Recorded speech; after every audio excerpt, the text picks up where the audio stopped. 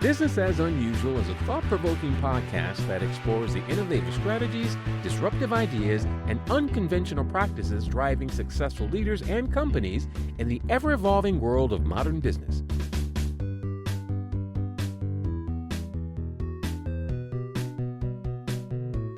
Subscribe, comment, and share for weekly inspiration with our host, Aisala. Hello, welcome to Business as Unusual. Today, I'm chatting with Rachel Duncan, the founder of Rachel Duncan Therapy and the Money Healing Club. Welcome to the show. Thank you so much for having me. I'll tease folks a little bit. I met Rachel at a business development community coaching call or presentation, and I just love the idea of money healing. I feel like so many of us need that. So I'm really excited to dig into that with you a little bit. Before we do, what's the last thing that you did for fun? Just pure fun. My husband and I went to a comedy show a few weeks ago. Really the first show we've been to, and I call now the after times. Someone I've been following on social media, and he's doing a tour, and we just went, and we went with another couple, and it felt like back in your bones again, just really funny. And just, being in a comedy club, it was just pure enjoyment. I love comedy. I had forgotten that I loved it. And then I think it was the Netflix specials. And I was like, wait a minute, I used to love comedies. I feel like stand-up is really just having such a great moment right now. I think there's a lot of really great voices and a lot of people organically getting traction online, which I just love. That the people have spoken that we want to hear more of what you have to say, and it happens to be funny. I just feel like a lot of people who are doing comedy right now really have something to say. It's not just about bits and jokes. It's true. Comedy can be a way to get at the heart of difficult truths. And there are a lot of those to choose from these days.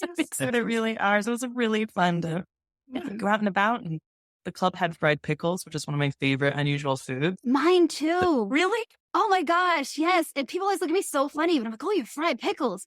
What is happening? I never eat fried food, but if there's fried pickles, I cannot resist it. I have a rule. If it's on the menu, I order it because just not many places order it. And the couple we were with were like, what is this? And of course they loved it. Right. You're then welcome. They try it and they're like, You're it welcome. is delicious. Thank you. That's good to know. Yeah. Another pickle lover. Love it.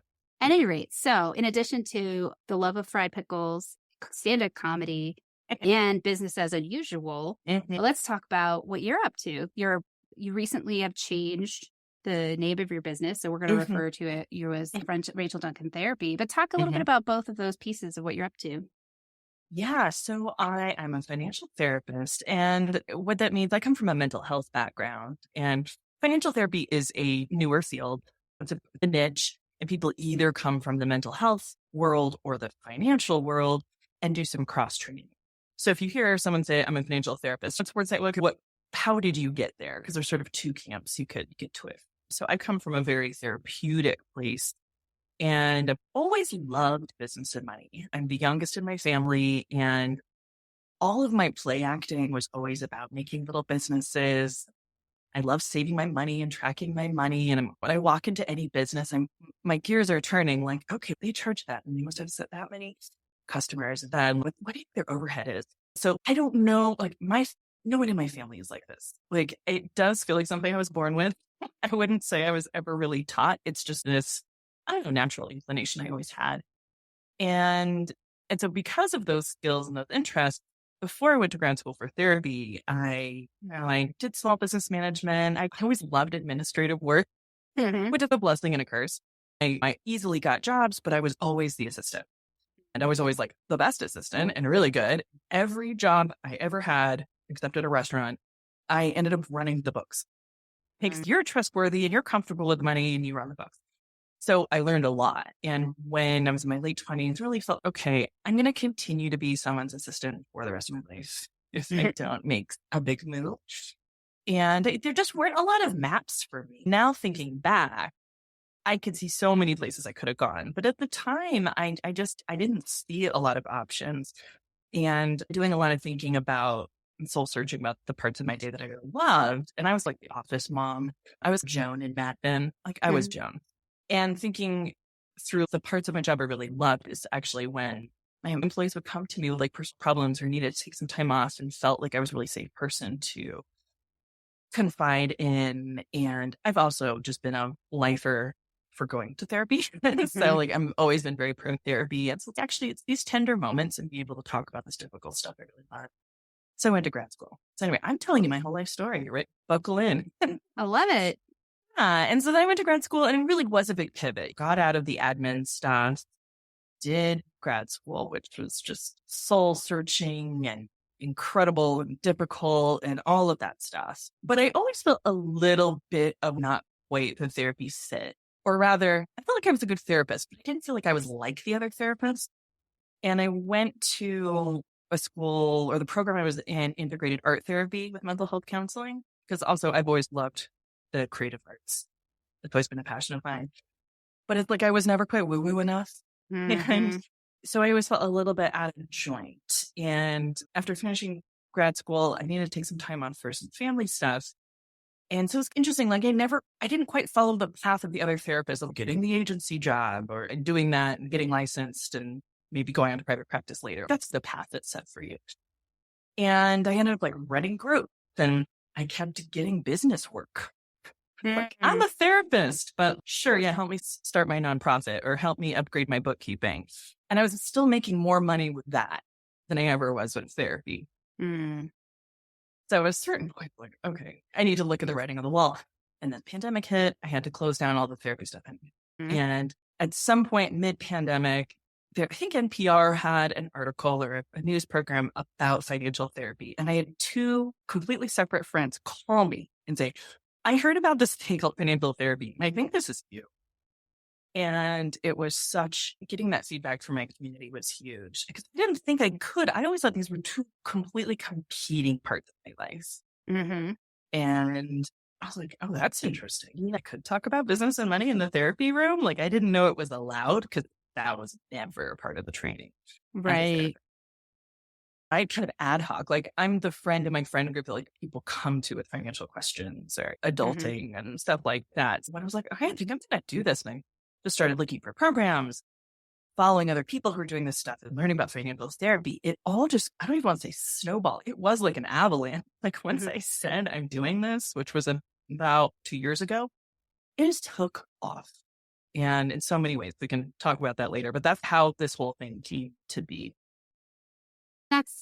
That really points that you're on the right track, that both it's good for you and it's also a service that people really do need. I've noticed there's been a lot of movement in career work in general to talk more about salaries and post them because so much of like wage inequity has to do with people not actually knowing. And I'm curious if there's any aspect of that's part of what financial therapy is, or is it more, do you encourage people to move towards healthy dynamics, or do you more take in where they're at in a personal way, or is it just all of it or nothing that I'm saying at all? Right. It is client by client. It's where they're at. I look at 4 domains. So we can do 4 things with money. We can make money, we can spend money, we can borrow money, and we can save. Investing is in there too, but where my clients are at, that's the other 4 domains need to be taken care of first. Like I work with clients that like make a good income, but feel like they really are out of control of their spending, or have controlled their spending, but are under earners and have a lot of debt. Right? So I'm always looking at these 4 components and how it works out. And never is it that all 4 are bad. Usually it's, you have the income side of this equation sorted out. So let's look at that. So that's where the kind of one-on-one catering comes in, where not everyone has the same financial profile. So absolutely. Like I love bringing career counseling into my work. Like I always send me a resume. Like I wouldn't say I'm a resume writer, but I'm pretty good at this stuff. I did a lot of office management. So I definitely help my clients with resumes. I mean, basically I will do whatever it takes to help you make this equation work out. I mean, some of my clients are like, I'm actually afraid to make more money because I don't know what I'll do with it. I don't trust myself. I think I'll spend it all. So it's okay. And then we're going to focus on the spending part of your life.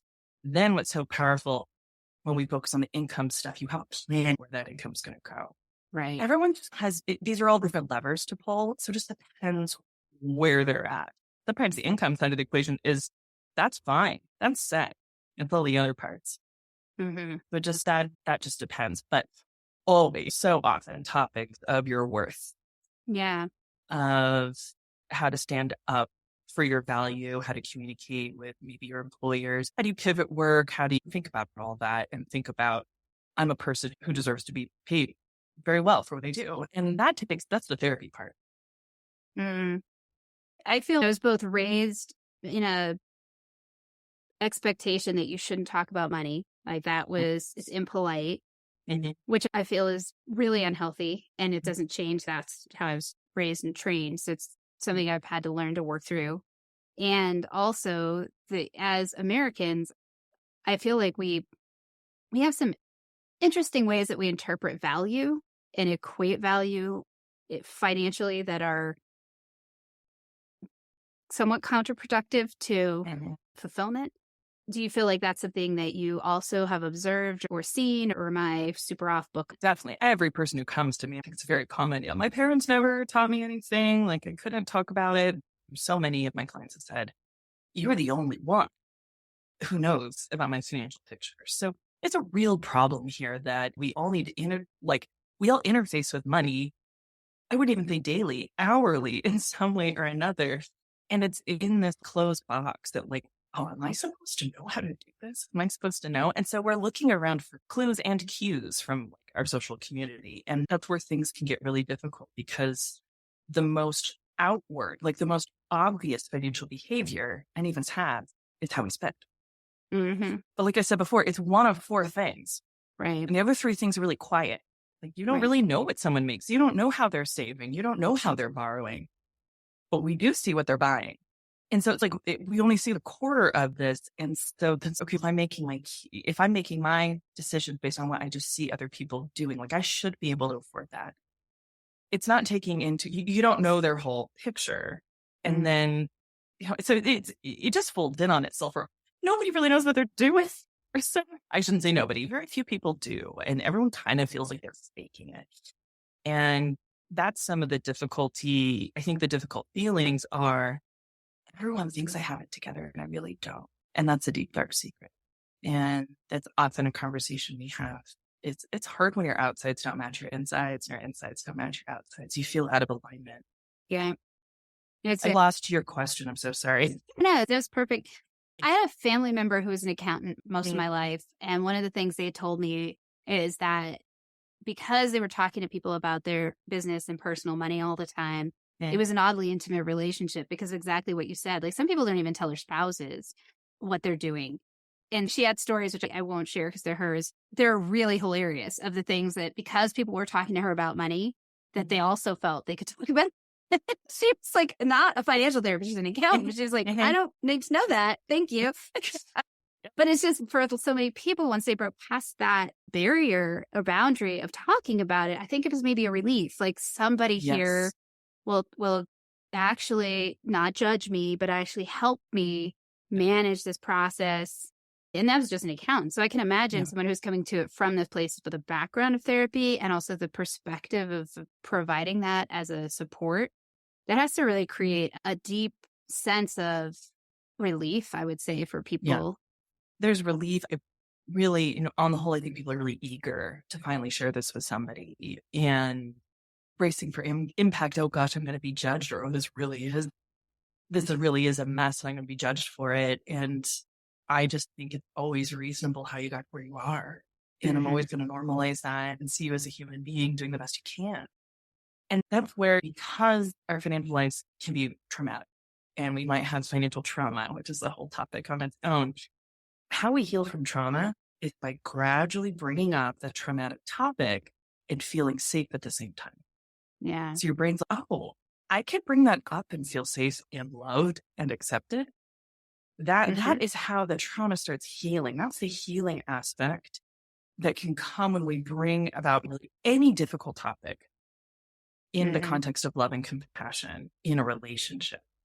Also why people only go so far, say reading a book or trying to do it on their own or trying to bootstrap. Like it's not an information problem. Right. It's not a lack of information. It is, from my perspective, It's a relational problem, not an information problem. And because we're not relating to each other about this, we're not feeling like safe in our bodies around this topic. Maybe we've been put down or we feel helpless. And there's so many things that can lead to that. But just having a safe, compassionate, loving, confidential relationship, that and this healing just starts happening. It's really remarkable. Yeah.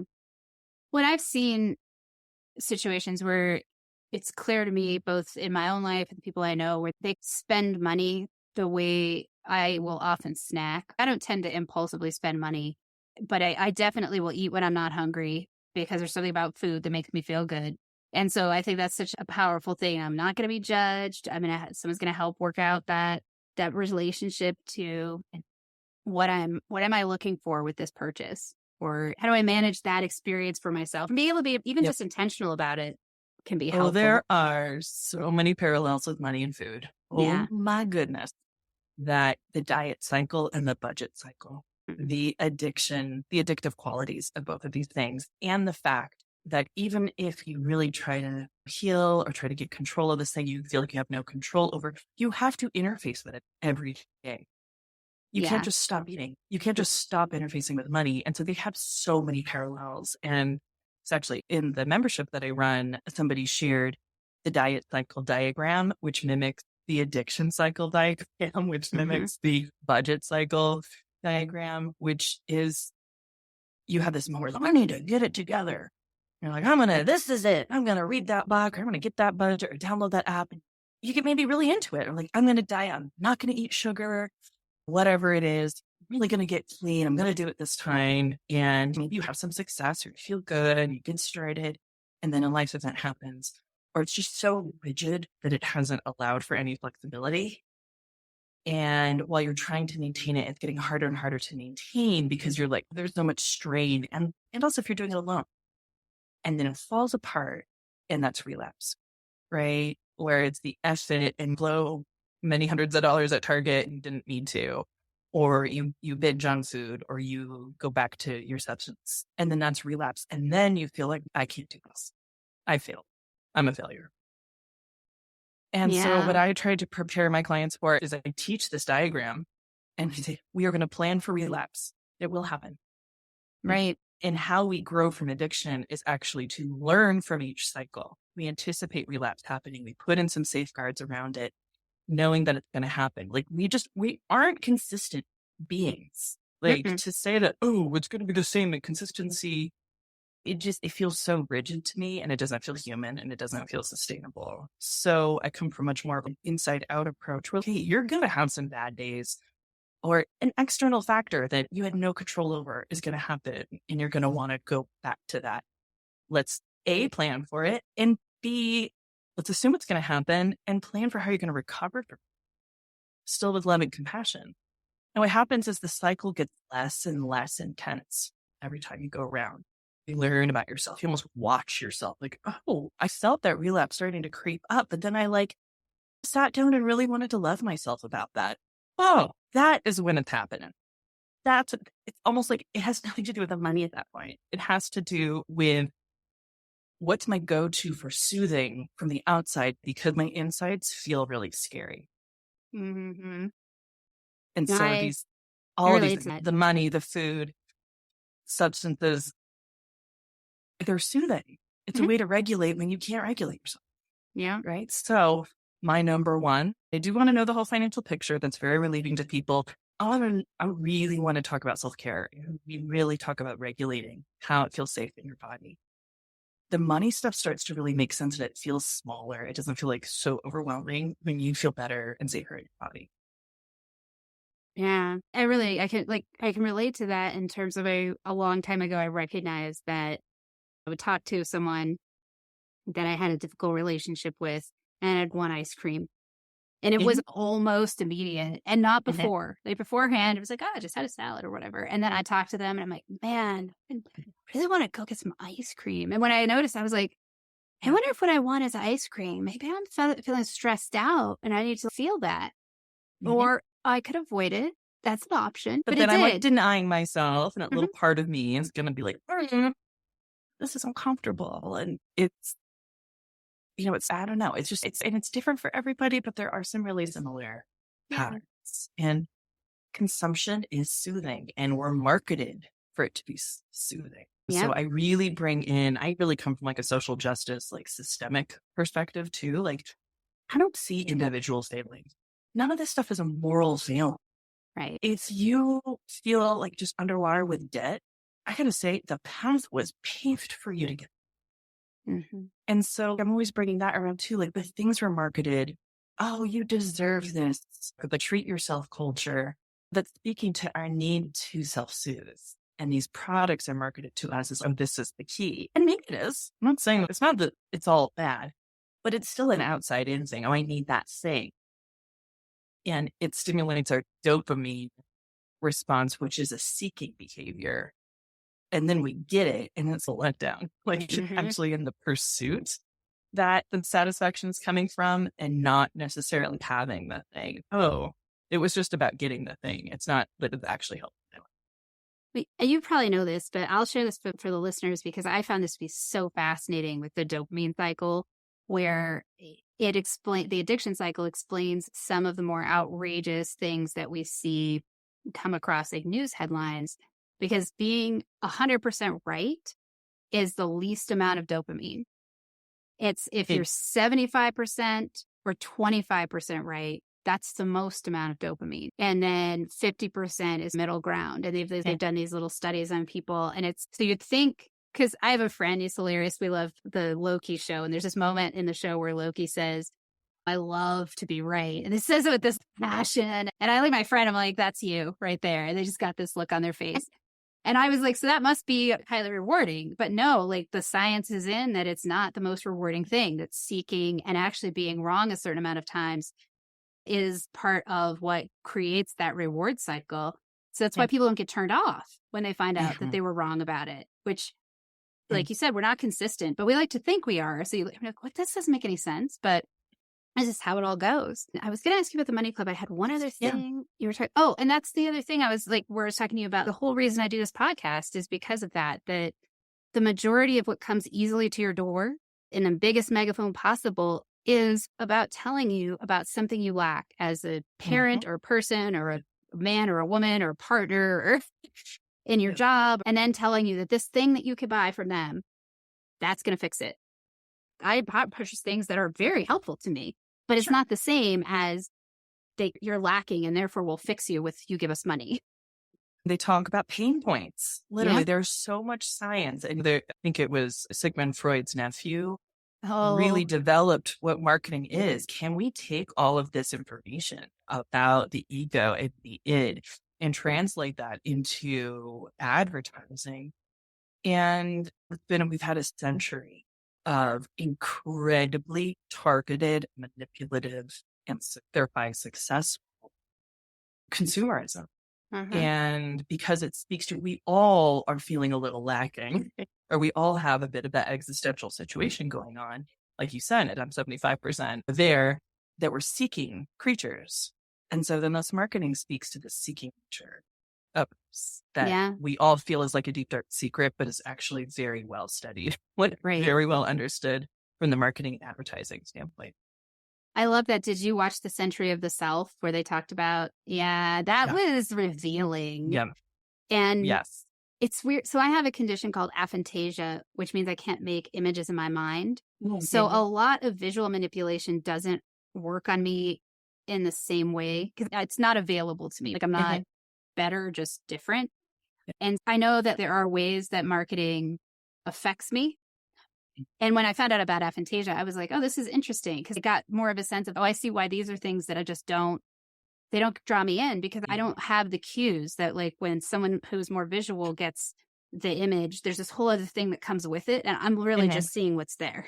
That's all that's available to me. So I feel like I've been, in a certain way, given a little bit of a shield from some of it. And I still find it to be overwhelming. I left television a long time ago because of the advertising and just the ways that it affected my sense of being in peace. And before streaming was a thing, it was like mostly using digital stuff. And then when the advertising started creeping back in, I felt the difference. Suddenly I was like, I don't know. I guess I'm just not quite right. Like I'm not a girl enough or girl boss and Mhm. whatever it is. And so it's just Mhm. really interesting to see how easily that comes in Mhm. to your thinking Mhm. from Yeah. casual And engagement. I think it comes from two things. So it comes from like this feeling like, ooh, I'm actually not perfect or I'm not quite enough, and that seeking behavior, and also this desire to connect. We are so social. We are so tribal. Like we need to look like the people around us because it's a biological urge for safety. If I look like you, if I'm behaving like you, then you'll protect me, then I will be accepted and we'll all stand up, stick Mhm. together, and I will feel safer. So there's such a yearning for connection. And I think advertisers, I think, also rely on that. You look like your friends. I've seen it, and I'm probably partly to this too, but you see a group of people walk down the street and are all basically wearing the same outfit. And you can tell that they're close friends. It's really interesting. It's so subconscious. It's so biological to a desire to look like the ones around you. And I think it's safety seeking. There's actually Mhm. some very deep stuff going on about it's actually dangerous to be different in our immediate circle. Even if you're a counterculture person, you're still going to find your other counterculture people because that's a lot safer. That makes sense. So talk to me about the Money Healing Club. Mm. This has been the best, wildest ride. So I do one-on-one work as both a therapist and a coach. So I work with people everywhere. And one of my coaching clients about a year ago did great work together. And as we were closing our work together, she was like, so I've started a membership. She was basically, this work has been so incredible for me. I've been sharing it on TikTok. It's really blown up. She was already like very savvy in like social media spheres and stuff. But she really was just using it as a journal to share about the stuff that she was realizing about herself, that it like wasn't just about the money. It was about everything. And then Mhm. starting to work on the money stuff, like reverberate into all these other aspects of her life, which I see time and time again. And so she invited me to co-create this membership with her. And she already had it. It was going, she had some ideas and some framework around it, but it was a very unusual ask. And as a therapist, there's like a lot of rules about how we can relate to our clients, but I won't say she was a coaching client. So there's some flexibility there. And I said, okay. I said, why not? Also, not just why not. It was, yeah, I feel constrained by just working one-on-one. I feel like this is like such important work. This can go to more people and it really should. And if I just keep doing one-on-ones, it's not getting the biggest reach that it really ought to have. And yeah, so we co-host this membership. It's called the Money Healing Club. And it's a closed sort of, it's on its own app. So it's really nice. It's not like a Facebook group. It's not anything like that. People can be, it's a little more private in that way. Mhm. And it's month to month. You can cancel anytime. And the main, I think, offer is every Tuesday night, we have a live group and we have a rotating list of topics. So every month we have some mental health topic. We do a book club, like different either money or mental health books. We kind of open Q&A, just hangs. Those end up being really interesting because it goes wherever people need it to go. And then also I get to bring in my art therapy training. We do an art therapy every month, which people really love. And we record those, we put them up, but really coming to the lives, like that's where the real growth and healing happens. And then within the club, I have articles, we have great conversations, and people ask for help. Like just the other day, someone's like, moving is so expensive. I have to move. And can we just like brainstorm? Like, how can I make moving less expensive? Just this like practical standpoint too, or just really emotional. Like I have 15 packages coming for Amazon tomorrow. I don't even know what I ordered. I am in a dark spiral right now. And we really circle around everyone and that's coming to the point where it's not just me and Sia leading this or responding now. We're really getting a crew of people who really hop in. Here's this work for me, or have you tried this? And it's so supportive. It really is open to everyone, but the people who seem to really resonate with is women and to land when it comes to Mhm. money. And I think there are a lot of people who are on the club who haven't necessarily contributed or come to the lives, but I think just being part of it and watching this stuff happening, maybe they're feeling shy, but I think they're still getting a lot out of it. Like we're getting tremendous feedback from it. And that it's not a linear process, right? We have a roadmap, but it's not step one, do this, step two, do that, because we don't know where you're at. Step Right. one might not have anything to do with you. And I see it as a pendulum swinging where, okay, we've got this emotional stuff and we have some practical stuff. So we kind of get into some of the emotions of it, like regulating, like we said, maybe mental health topics, that kind of thing. And then you start feeling better. And then you swing over to the practical side. And then, hey, I downloaded an app and I actually really like it. Yeah. Now I'm ready to go deeper. And then the pendulum swings back. Oh, now I can really talk about how my dad has been really critical of me. Okay, then I'm going to work through that. And then, oh, look at me. I watched myself walk through Target and only buy something on my list. So like and it starts kicking off this swinging back and forth where we take care of some practical stuff and you start feeling really empowered. And then you can go even deeper with the healing. And it's just non-linear. I don't see it as a linear process. I feel like it's a playground for me. Not that it's late, but it feels so good. It feels like play and that it's really connective. And Thea and I can also be really improvisational. Like we've experimented with things. We've experimented, throwing out that event didn't take. Asking people what they want. It's very iterative, which feels really organic and exciting. And I think, it just began at the beginning of 2023. So it's just going to keep changing and growing and adapting to what people really need. Yeah. And I actually think it's great that you are co-leading it, because I feel like that's one of the things that I've seen, and you're talking about social justice work, that it's always helpful for people to even just start with the awareness that even the folks that are engaging, they're different, they have different experiences, and that, I feel like that really creates more of a comfort with people understanding. No one's here saying they've got it together. This isn't that story.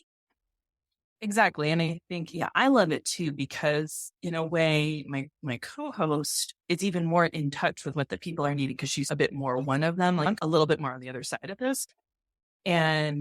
But I've been there. I do get it, but I'm not there now. So we're such a good balance for each other because she just has a real talent also of just listening to what other people need. And her business savvy is she's just able to really pivot and try new things and stuff like that. And then I can show up at the really grounding place because I do think I'm all about really being mindful of power dynamics. And also some people also want someone who feels a little, you know what you're doing, right? You want a grounded person. And so then I'm able to provide that. And it's fantastic. It's really great. I would love, and in so many ways, like we're reaching so many more people. We're at about 80 members right now. We're adding new members every week. We're really hoping this can grow and bringing in guest speakers. Actually, I'm bringing in some of my therapy friends to run some of these groups. And now honestly, a super affordable price. We want this to be more of like a bigger thing. I just have a lot of energy for it. And the feedback we're getting is just like tremendous. People are saying like, I've tried everything. I've tried regular therapy. I've read the books. And all I come out with it is that I feel terrible about myself. So we're here for you. Those are the people we want. Come here, bring it in. Oh, you get a free budgeting dashboard. It's just a Google sheet. It's just to get it started, lay it out there. And then it's an easy sheet you can share with people. Just lay out what is happening with my finances. And I really recommend that before launching into an app because no app is perfect. So just kind of start with a spreadsheet, it just lays it out visually. And then maybe you can get into using and stuff like that. And we're adding resources all the time. Oh, I will say then I do like little mini lessons based on what people are talking about, or I'll just do just a short video. Here's what I'm learning about, here's some credit card payoff ideas, or here's an art therapy regulation exercise. So I'm tossing those, and it's just like little bite-sized things within the community. So it's going to keep growing. We'll see where it goes from here. That's great. What would you say success looks like to you? Oh gosh, I don't know. I feel like that's changing all the time. What does success look like for me? I think where I can continue to grow in this work and have a greater and greater reach, and at the same time feel really resourced myself, where I have the resources where I'm not going to get burned out, where I have time for myself, where I can let myself ebb and flow, where I don't have to be on all the time. I mean, this is what's great about working as a therapist. It's one of the only professions you can do super meaningful work part-time. Not that I want to work part-time, but it can ebb and flow. And I really appreciate that because I need that. I'm a highly sensitive person. Mm-hmm. So like success doesn't necessarily, I would love for success to not mean a grind. Sense. Yeah. And then I can, Because the therapist is only a good therapist when they're resourced. If they're Mhm. burned out, it's super unethical for a therapist to get burned out because you don't have that much to give. And it's hard to attune to people when you're burned out. So it's just, if I can continue this and deepen this and listen to people, honestly, everything I've said in this podcast are things that I have heard and been reflected from my clients. Mhm. Some of it I've read, but it's like, if I can just keep these conversations and having these realizations, synthesizing it, and then synthesizing it, putting it back out, and that causes more realization and more growth. It's just this like fantastic iterative process. So if I can keep doing that and be personally resourced, that feels very successful to me.